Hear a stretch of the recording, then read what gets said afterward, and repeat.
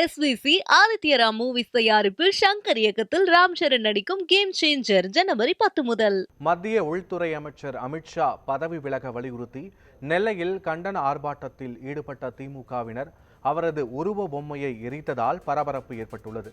இது தொடர்பான முழுமையான விவரங்களோடு எமது செய்தியாளர் ஆல்வின் இணைகிறார். ஆல்வின், விவரங்கள் என்ன?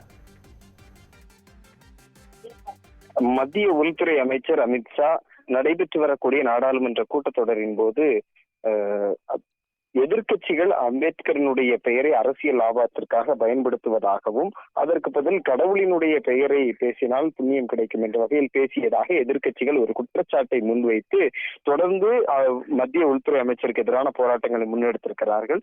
அந்த போராட்டத்தினுடைய ஒரு பகுதியாக திமுகவினரும் இன்றைய தினம் தமிழ்நாடு முழுவதும் பல்வேறு போராட்டங்களை முன்னெடுத்து வரக்கூடிய நிலையில திருநெல்வேலியில் திமுகவினர் வண்ணாரப்பேட்டையில் கண்டன ஆர்ப்பாட்டத்தில் ஈடுபட்டார்கள்.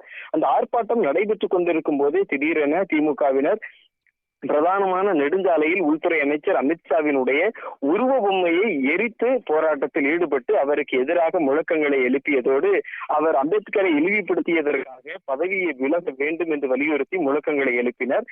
தொடர்ந்து அவரது உருவ பொம்மை எரிக்கப்பட்டதை சுதாரித்துக் கொண்டு கண்காணித்த காவல்துறையினர் அந்த உருவ பொம்மையை அங்கிருந்து அப்புறப்படுத்திய நிலையில அந்த உருவ பொம்மை எரியும் போதே திமுகவினர் உருவ பொம்மையை தொடக்கத்தால் அடித்தும் முழக்கங்களை எழுப்பி போராட்டத்தில் ஈடுபட்டார்கள்.